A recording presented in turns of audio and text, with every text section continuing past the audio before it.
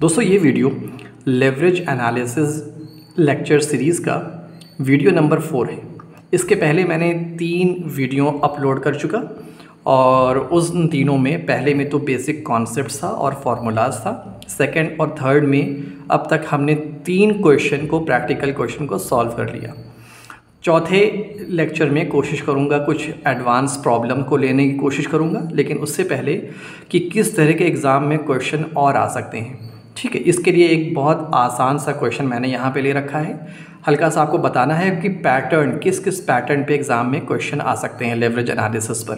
तो question number 4 आइए शुरुआत करते हैं। ठीक है, अ simplified income statement of x limited is given below. ठीक है, एक सिंप्लीफाइड इनकम स्टेटमेंट की तरह दे रखा है यहाँ पे। Calculate and interpret it's operating leverage, OL operating leverage, FL financial leverage and CL combined leverage.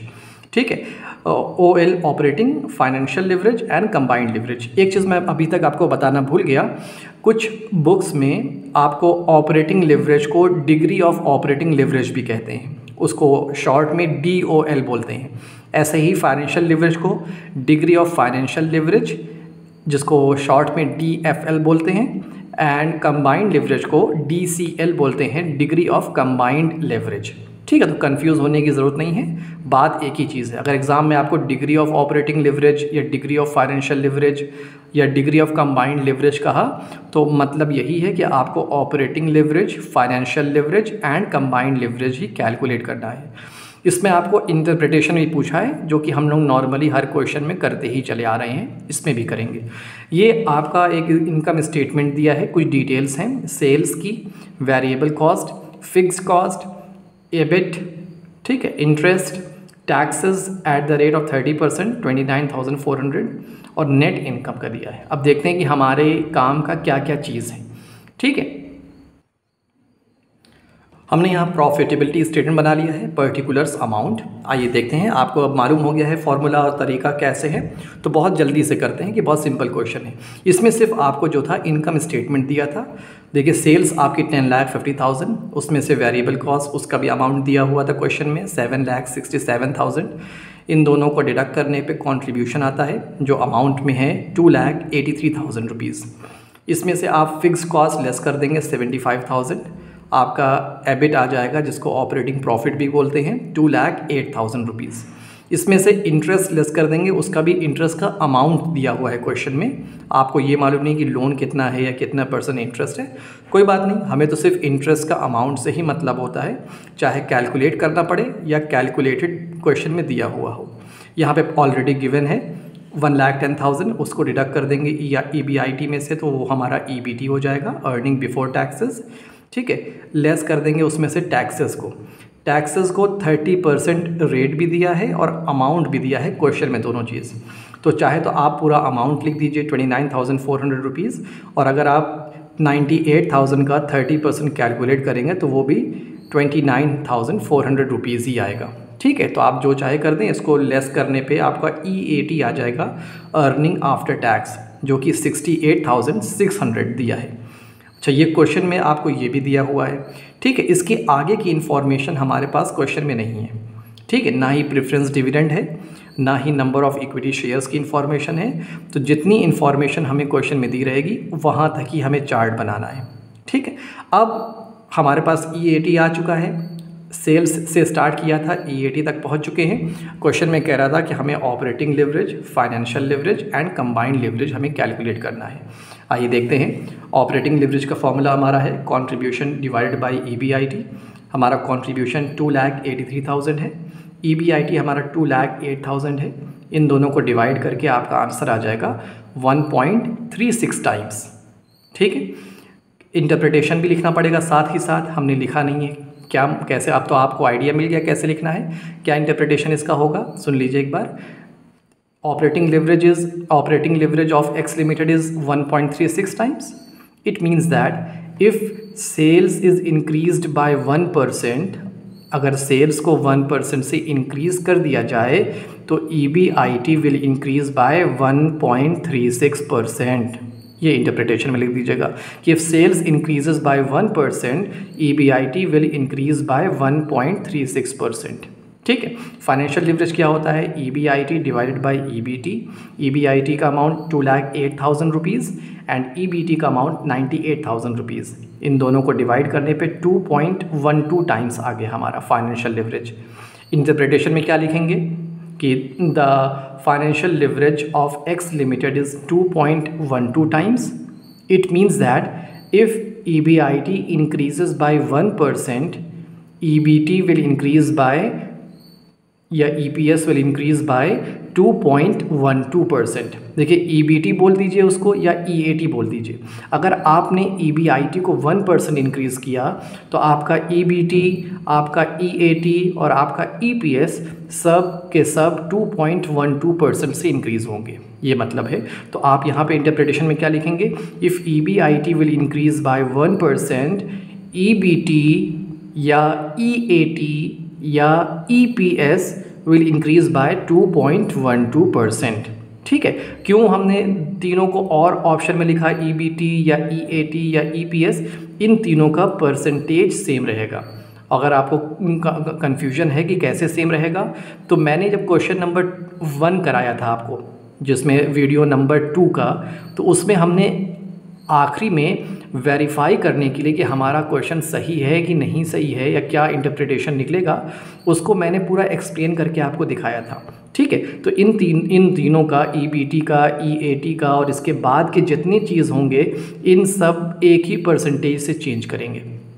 ठीक है। और तीसरा हमारा जो था वो कंबाइंड लिवरेज था। कंबाइंड लिवरेज कैसे निकलेगा, चाहे तो operating leverage and financial leverage को मल्टीप्लाई कर लीजिए। ऑपरेटिंग लिवरेज हमारा 1.36 टाइम्स और फाइनेंशियल लिवरेज हमारा 2.12 टाइम्स, ये आ जाएगा 2.88 टाइम्स। या चाहे ये वाला फॉर्मूला लगा लीजिए, कंट्रीब्यूशन अपॉन EBT, तो 2,83,000 डिवाइडेड बाय 98,000, ये भी आपका 2.88 टाइम्स आंसर आ जाएगा आपका।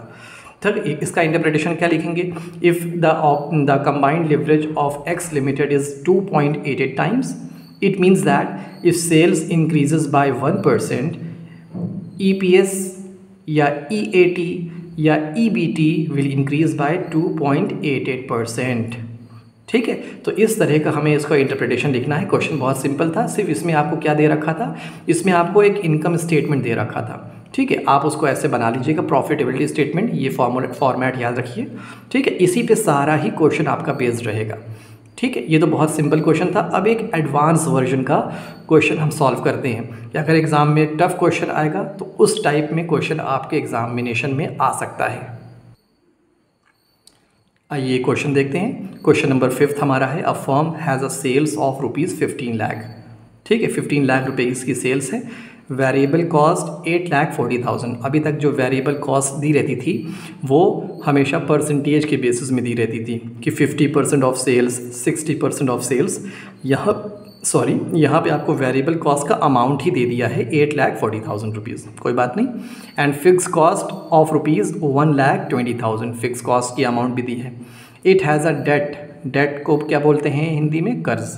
It has a debt of ₹9 lakh, 9 lakh रुपए का कर्ज है। एट द रेट ऑफ 9%, ये इंटरेस्ट का परसेंटेज है। ये लोन का अमाउंट है, डेट का, कर्ज का अमाउंट है। हमें इंटरेस्ट का अमाउंट चाहिए होता है, तो इंटरेस्ट 9 लाख पे 9% इंटरेस्ट हम कैलकुलेट कर लेंगे। And equity of 11 lakh rupees. देखिए इक्विटी अमाउंट में दिया हुआ है, हमें अमाउंट से मतलब नहीं होता, यहाँ पे हमें नंबर ऑफ इक्विटी शेयर से मतलब होता है। ठीक है। अगर क्वेश्चन में पर शेयर प्राइस दिया हुआ है कि भाई यहाँ पे देखिए क्या क्या, इक्विटी ऑफ 11 लाख रुपीज़। अब हमको ये मालूम नहीं है कि एक शेयर, इक्विटी शेयर कितने रुपए का है, तो मेरे लिए ये यूज़लेस हो गया। कोई ये इन्फॉर्मेशन सिर्फ आपको कंफ्यूज करने के लिए दी है। ठीक है। यही अगर क्वेश्चन में दिया होता साथ में ये कि equity of ₹11 lakh at the rate of 100 rupees पर शेयर, तब आप उसको 100 से डिवाइड कर लेते तो नंबर ऑफ़ इक्विटी शेयर्स आ जाता। लेकिन यहाँ पे इक्विटी कैपिटल दिया है, अमाउंट दिया है। हमारा अमाउंट कोई काम का नहीं है, हमें नंबर ऑफ़ इक्विटी शेयर से मतलब है। तो यानी ये वाली जो इन्फॉर्मेशन है वो यूज़लेस है क्वेश्चन में, हमारे लिए कंफ्यूज करने के लिए दी गई है। ठीक है। अब आइए क्या करना है हमें, what are the operating leverage, financial leverage and combined leverage of the firm. पहला चीज़ तो आपको तीनों लिवरेजेस कैलकुलेट करने हैं। दूसरा क्या कह रहा है, if the sales drop to 9 lakh rupees. ठीक है। अगर सेल्स 9 लाख तक ड्रॉप हो जाती है, देखिए टू एंड बाय में बहुत डिफरेंस होता है। If the sales drop to 9 lakh rupees, 9 lakh तक आ जाती है, ठीक है, यानी कितनी कम हो जाएगी, 15 लाख सेल्स थी, अब वो आके 9 लाख हो जाती है, यानी 6 लाख रुपए की सेल्स मेरी कम हो गई अगर 2 दिया है। यहीं पे क्वेश्चन आपको कंफ्यूज करने के लिए कह सकता है, if the sales drop by 9 lakh rupees, 9 lakh rupees से कम हो गई है, 9 लाख रुपए से सेल्स कम हो गई है, तो न्यू सेल्स हमारी कितनी उस केस में हो जाएगी, 6 लाख रुपीज़। तो याद रखिएगा कि सेल्स कितनी हो गई है ये असल कैलकुलेट करना है। टू एंड बाय में कंफ्यूज मत होइएगा। टू मतलब होता है तक, 15 लाख से 9 लाख तक सेल्स आ चुकी है। बाय मतलब होता है कि उतना, कि 15 लाख से सेल्स घट के 9 लाख से सेल्स कम हो गई है, तो यानी अब रिमेनिंग अमाउंट कितना है, 6 लाख रुपए।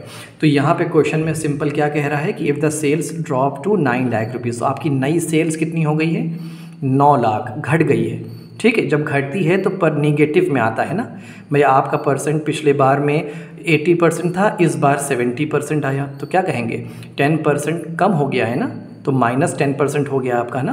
तो ऐसे ही अगर देखेंगे तो 15 लाख माइनस 9 लाख, ये आपका जो 6 लाख हुआ है, ये कुछ ना कुछ परसेंटेज से सेल्स आपकी कम हो गई। तो क्वेश्चन सेकंड क्या कह रहा था कि if the sales drop to rupees 9 lakh, अगर सेल्स आपकी 9 लाख हो जाती है, what will be the new EBIT, आपको न्यू EBIT निकालना है, और उसके आगे कहा है आपको वेरीफाई, यानी आपको वेरीफाई भी करना है।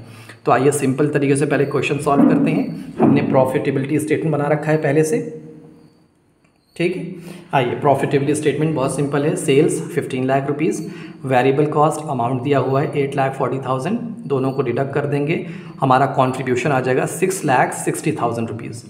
फिक्स कॉस्ट हमारा दिया हुआ है क्वेश्चन में 1,20,000, उसको लेस करेंगे तो हमारा EBIT जो है वो 5,40,000 रुपीज़ आ जाएगा।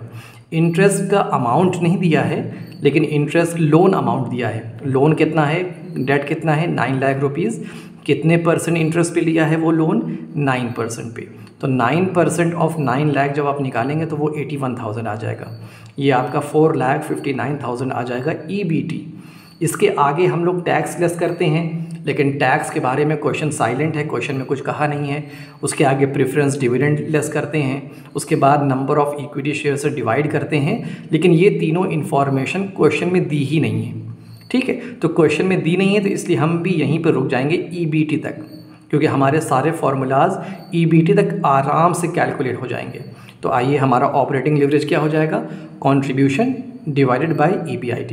कॉन्ट्रीब्यूशन हमारा कितना है, 6,60,000, EBIT हमारा 5,40,000, डिवाइड कर देंगे तो 1.22 टाइम्स। क्या मतलब है कि अगर आपने सेल्स को इंक्रीज़ किया 1% से, आपकी EBIT 1.22% से इंक्रीज़ हो जाएगी, ठीक है। आइए फाइनेंशियल लिवरेज को देखते हैं। फाइनेंशियल लिवरेज हमारा क्या है कि EBIT डिवाइडेड बाय EBT, ठीक है। EBIT हमारा 5,40,000, EBT हमारा 4,59,000, डिवाइड कर देंगे 1.18 टाइम्स। क्या मतलब है, क्या इंटरप्रिटेशन इसका निकलेगा कि if sales increases by 1%, EBT will increase by 1.18%। Simple, if sales increases by if EBIT increases by 1%, EBT will increase by 1.18%, ठीक है। तीसरा हमारा कंबाइंड लिवरेज है, आप इन दोनों को मल्टीप्लाई करके भी निकाल सकते हैं, ठीक है। हमने ये वाला फॉर्मूला अप्लाई कर दिया है, contribution divided by EBIT। Contribution is 6,60,000, EBT is my 4,59,000, इन दोनों को डिवाइड करके 1.44 टाइम्स आया। क्या इंटरप्रिटेशन लिखेंगे इसका, if sales increases by 1%, EBT will increase by 1.44%, ठीक है। यहाँ तक तो क्वेश्चन बिल्कुल सिंपल था, लेकिन क्वेश्चन का जो सेकंड पार्ट है वो अब ध्यान से करने की चीज़ है कि if the sales drop to 9 lakh rupees, अगर सेल्स 9 लाख तक हो जाती है, यानी 6 लाख रुपए से सेल्स घट जाती है, तो आपको न्यू EBIT यानी ये वाला फिगर निकालना है यहाँ पे, ठीक है। अभी इसको हम फिल करेंगे, तो आइए देखते हैं पहले सॉल्व कैसे करना है। बहुत ध्यान से दीजिएगा, कुछ बेसिक मैथमेटिकल चीज़ें रहेंगी कि परसेंटेज निकालना, वो मैं सब आपको सिखा चुका हूँ। तो जिसका ये चीज़ स्ट्रांग रहेगा उसके लिए क्वेश्चन बहुत ही सिंपल रहेगा। आइए फिर भी कोशिश करते हैं सबके लिए सिंपल बनाने के लिए, ठीक है। अब देखिए, सेल्स हमारी जो है पहले 15 लाख थी, अब वो सेल्स 9 लाख हो गई है। तो कितने लाख से मेरी सेल्स घट गई है? 6 लाख से सेल्स मेरी घट गई है। अगर हम आपसे ये कहें कि परसेंटेज में निकालिए कि percentage change in sales, sales में कितना परसेंट का चेंज आया। चेंज पॉजिटिव भी हो सकता है, नेगेटिव भी हो सकता है, लेकिन हमको साफ साफ मालूम है कि यहाँ पे नेगेटिव आएगा। क्यों? क्योंकि 15 लाख से 9 लाख सेल्स हो गई है। तो ये फॉर्मूला मैं इसके पहले ही बता चुका हूँ कैसे निकालते हैं percentage change. New figure minus old figure divided by old figure, जो आएगा उसको मल्टीप्लाई बाई 100। न्यू फिगर देखिए यहाँ पे क्या है, अब सेल्स घट के हमारी 9 लाख हो गई है, तो 9 लाख जो है हमारा न्यू फिगर है।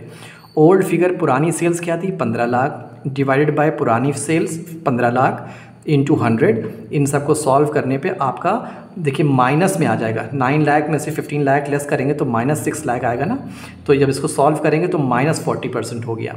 इसका मतलब क्या है कि आपकी सेल्स जो 9 लाख तक हो गई थी 15 लाख से, अगर परसेंटेज में कोई पूछेगा इसका क्या मतलब है कि आपकी सेल्स 40% से डिक्रीज़ कर गई है, डिक्लाइन कर गई है। ठीक है, ये तो हमारा यहाँ मतलब निकल गया। अब उसके बाद हमें ऑपरेटिंग लिवरेज का एक फॉर्मूला आपको और याद होगा। ऑपरेटिंग लिवरेज का फॉर्मूला हमारा क्या था कि percentage change in EBIT divided by percentage change in sales. ये वाला फॉर्मूला तब अप्लाई करते हैं जब हमारे पास 2 डेटा अवेलेबल हों। ठीक है, तो अब देखिए आपने अभी ऑपरेटिंग लिवरेज कैलकुलेट कर लिया है, वो अराउंड 1.22 टाइम्स आ रहा था। ठीक है, ठीक। अब देखिए, आप खुद देखिए, आपके पास आपने ऑपरेटिंग लिवरेज कैलकुलेट कर लिया है। ऑपरेटिंग लिवरेज आपको मालूम है 1.22 टाइम्स, अभी जो क्वेश्चन में सॉल्व किया था। आपने परसेंटेज चेंज इन सेल्स निकाल लिया है, अभी निकाला है ना, ऊपर -40% आया है ना, तो वो सेल्स में डिक्रीज़ हो गया है। ये वाला आपको निकालना है। देखिए, जब 3 चीज़ में से 2 चीज़ आपको मालूम है तो तीसरी चीज़ आप निकाल लेंगे ना। आपने पढ़ा होगा LHS RHS, जब ये वाला आपको नीचे से इक्वल टू के साइन के इधर ले जाएंगे तो वो ऑपरेटिंग लिवरेज और change in percentage change in sales आपस में मल्टीप्लाई हो जाएगा। तो क्या फॉर्मूला बन जाएगा? परसेंटेज चेंज इन EBIT क्या बराबर हो जाएगा? Operating leverage multiply by percentage change in sales. Operating leverage हमने अभी कैलकुलेट किया था 1.22, परसेंटेज चेंज इन सेल्स अभी हमारा आया था -40, तो कितना आ जाएगा मल्टीप्लाई करने पे? -48.88%। ये क्या निकला है? परसेंटेज चेंज इन EBIT, यानी EBIT में -48.8% की कमी आएगी। Means that EBIT will decrease by 48.8%। ठीक है, अब देखिए कमी आएगी, बहुत ध्यान से दीजिएगा। देखिए, मैंने अगर आपसे कहा कि आपके पास 100 रुपये हैं, ठीक है, और उसमें 20% कम हो गया है, तो नया अमाउंट कितना होगा? आप कहेंगे सर 80। जब 20% कम हो गया है 100 रुपये का, तो इसका मतलब पहले तो आप ये कैलकुलेट करेंगे कितना रुपए कम हुआ है।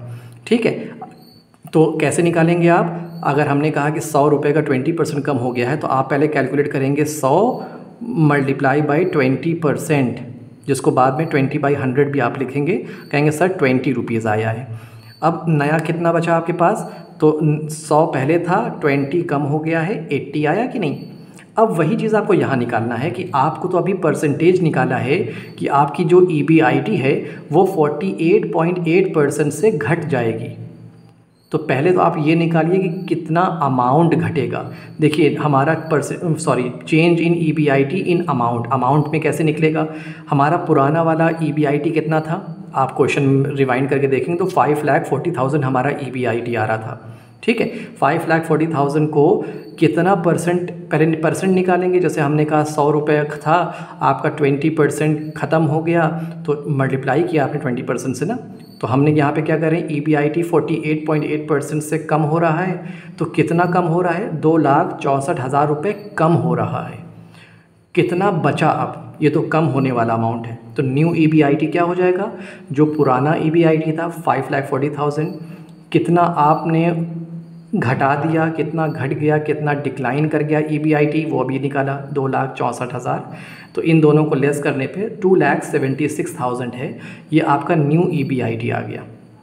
ठीक है, ये बेसिक मैथ्स है, आपको इसको करना पड़ेगा। बहुत ध्यान से दीजिए कैसे किया है मैंने। देखिए, 100 रुपये अगर आपके पास था और मैं आपसे कह रहा हूँ कि 20% उसका ख़त्म हो गया है, तो आपको 2 चीज़ कैलकुलेट करना है कि पहले तो कितना अमाउंट कितना ख़त्म हुआ है, ठीक है। अमाउंट निकालने के लिए क्या करेंगे, पर 100 रुपये को 20% से मल्टीप्लाई कर देंगे तो 20 रुपये। आप कहेंगे सर 20 रुपये ख़त्म हो गए हैं। ठीक है, सही जवाब। दूसरा क्वेश्चन ये है कि जब 20 रुपये ख़त्म हो गए हैं, अब आपके पास बचे कितने हैं, तो क्या करेंगे, जितना पैसा आपके पास था पहले 100 रुपये, जितना अभी ख़त्म हुआ, जितना कम हुआ उसको माइनस कर देंगे तो आपका न्यू अमाउंट ये आ जाएगा। वही चीज़ यहाँ पे क्या निकला है, percentage change in EBIT। EBIT इतने परसेंट से कम हो रही है, आपकी पॉकेट मनी इतने परसेंट से कम हो रही है। तो पहले तो चीज़ आप ये निकालेंगे अमाउंट में कितने रुपए कम हो रहे हैं। अमाउंट निकालने के लिए कि जितना 100 रुपये था आपके पास, मेरे पास EBIT 5,40,000 था, यहाँ पे 20% कम हो रहा था, यहाँ 48.8% कम हो रहा है। इसको कैलकुलेट कर लेंगे थ्रू कैलकुलेटर, आपका ये अमाउंट आ जाएगा।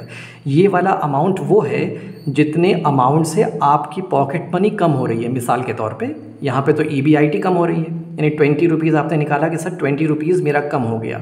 ये 2,64,000 वो 20 वाला अमाउंट है कि इतना अमाउंट कम हुआ है। तो भाई अब नया बचा कितना, नया है कितना, तो आप कहेंगे सर पूरा पहले 100 था माइनस अभी 20 रुपीज़ हमने निकाला कि इतना रुपये कम हुआ, अब मेरे पास 80 रुपीज़ बचा है। तो वही चीज़ हमने किया है कि मेरे पास पुराना जो था EBIT 5,40,000 था, उसमें से 2,64,000 जो हमने अभी निकाला है उसको माइनस कर देंगे। अब हमारा न्यू EBIT 2,76,000 रुपीज़ बचा है। क्वेश्चन में इसके आगे आपसे कह रहा था कि वेरीफाई करिए। आइए आप वेरिफिकेशन को देखेंगे, बहुत ध्यान से देखिएगा। ठीक है, हमारा न्यू EBIT कितना है, 2,76,000। एक बार चेक करते हैं, वेरीफाई करते हैं। देखिए इसी वाले टेबल में फॉर्मेट में आते हैं। सेल्स पहले 15 लाख थी, अब नई सेल्स हमारी कितनी हो गई है, 9 लाख रुपीज़, क्योंकि सेल्स ड्रॉप हो गई है 9 लाख रुपीज़।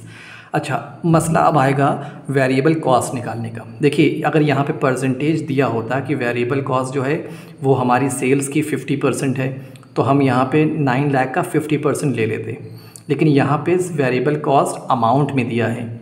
ठीक है, तो याद रखिएगा हमेशा वेरिएबल कॉस्ट सेम प्रपोर्शन में चेंज होती है। ठीक है, जिस प्रपोर्शन में सेल्स घटे या बढ़ेगी उसी प्रपोर्शन में वेरिएबल कॉस्ट भी घटेगी और बढ़ेगी। ठीक है, तो अगर हम लोग इस वाले टेबल का, इस वाले फिगर का परसेंटेज निकाल लें तो वही परसेंटेज यहाँ पर भी अप्लाई होगा, क्योंकि जिस परसेंटेज से, देखिए सेल्स कितने परसेंट से घटी है, अभी आपने कैलकुलेट किया सेल्स कितने परसेंट से घटी है। सेल्स अराउंड हमारे लग रहा है 60% से घटी है क्या, नहीं, सेल्स हमारी जो घटी थी, अभी हमने सॉल्व जो किया था, ये 40% से घटी है। जब सेल्स 40% से घटी है तो हमें वेरिएबल कॉस्ट भी देखना पड़ेगा कि वेरिएबल कॉस्ट कितने परसेंट से होती है। ठीक, घटी है। तो ऐसा दो तरीका है लगाने का। आप अगर ये चाहें कि भाई जब सेल्स हमारी 40% से घटी है तो वेरिएबल कॉस्ट भी हमारी 40% से घट जाएगी, तो 8,40,000 में से 40% अगर आप लेस कर देंगे तो यहाँ वाला फिगर आ जाएगा। पहला तरीका तो ये है। दूसरा तरीका है कि जब सेल्स 15 लाख थी तो वेरिएबल्स हमारी 8,40,000 था वेरिएबल कॉस्ट। अगर परसेंटेज आपको निकालने को कह दें, आपको परसेंटेज निकालने आता होगा कि अगर आप ये देख लीजिए, अगर आपसे कहें हम आपके एग्ज़ाम में 1500 में से 840 नंबर हैं तो कैसे परसेंटेज निकालेंगे, ऐसे निकालेंगे कि नहीं, 840 डिवाइडेड बाई 1500 इंटू 100 ऐसे निकालेंगे ना। कि अगर आपका 1500 में से 840 नंबर है तो आप ऐसे निकालेंगे। तो अगर इसका परसेंटेज आप निकालेंगे तो 56% आ रहा है। ठीक है, कैलकुलेट कर लीजिएगा। यहाँ पे इसका क्या मतलब है कि वेरिएबल कॉस्ट, देखिए अभी इस वाले की बात चल रही है, वेरिएबल कॉस्ट जो है वो सेल्स की 56% है, तो वही वाला परसेंटेज यहाँ पर भी तो काम आएगा। बताइए 56% ऑफ 9 लाख अगर निकाल ले तो बात वही होगी कि नहीं, क्योंकि वेरिएबल कॉस्ट सेम ही प्रोपोर्शन में चेंज होती है। तो 9 लाख का 56% हमारा कितना हो जाएगा, वो हो जाएगा 5,04,000 रुपीज़। उसको आप लेस करेंगे तो ये हमारा आ जाएगा 3,96,000 रुपीज़। फ़िक्स कॉस्ट हमारी सेम रहेगी, 1,20,000 रुपीज़ सेम रहेगा। ये आप लेस करेंगे तो 2,76,000 रुपीज़ होगा। यही चीज़ आपने वहाँ पे कैलकुलेट किया था कि नहीं, तो ये वेरीफाइड हो गया आपका। देखिए ध्यान से दोबारा देखिएगा वीडियो, ये चीज़ समझने की चीज़ है। आपको क्या करना है, आपको जिस प्रपोर्शन में वेरिएबल कॉस्ट पहले वाले केस में थी उसी प्रपोर्शन में वेरिएबल कॉस्ट सेकंड वाले केस में भी रहेगी। प्रपोर्शन निकालने के लिए, परसेंटेज निकालने के लिए क्या किया हमने, हम अगर आपसे ये कहें कि अगर आपके एग्ज़ाम में मार्क्स, इसको छुपा लीजिए, 1500 में से 840 मार्क्स आए हैं तो आप परसेंटेज निकाल लेंगे ना। वही चीज़ हमने किया है कि 15 लाख सेल्स के लिए 8,40,000 रुपये वेरिएबल कॉस्ट है तो इसका परसेंटेज आ जाएगा 56% ऑफ सेल्स। वेरिएबल कॉस्ट कितनी है इस केस में, 56% ऑफ सेल्स। तो वो जो प्रोपोर्शन यहाँ पे था, जो परसेंटेज यहाँ पे था, वही परसेंटेज यहाँ पर भी चलेगा। तो ये वाला अमाउंट कैसे आया, 56% of 9 lakh rupees. 56% of 9 lakh rupees, ये आपका 5,40,000 आ जाएगा। इसको आप माइनस करेंगे, आपका कंट्रीब्यूशन आ गया। Fix cost will remain fixed, जितना भी प्रोडक्शन घटा बढ़ा लीजिए, आपकी फ़िक्स कॉस्ट तो फिक्स रहेगी, वो आपने लेस किया 2,76,000, यही वाला फिगर आपका वहाँ पर भी आया था। ठीक है, तो इसको क्वेश्चन को दोबारा सॉल्व करिएगा, ये बहुत इंपॉर्टेंट क्वेश्चन है और थोड़ा सा कॉम्प्लिकेटेड है। कॉम्प्लिकेटेड ज़्यादा तो नहीं है, बेसिक मैथ्स है। ठीक है, तो उसको सॉल्व करने की कोशिश करिएगा। मैं कोशिश करूँगा कि एक और वीडियो इसी तरह का, एक और क्वेश्चन इसी तरह का और सॉल्व कर दें ताकि आपका कॉन्सेप्ट और क्लियर हो जाए। ओके, मिलते हैं नेक्स्ट वीडियो में, तब तक के लिए थैंक यू।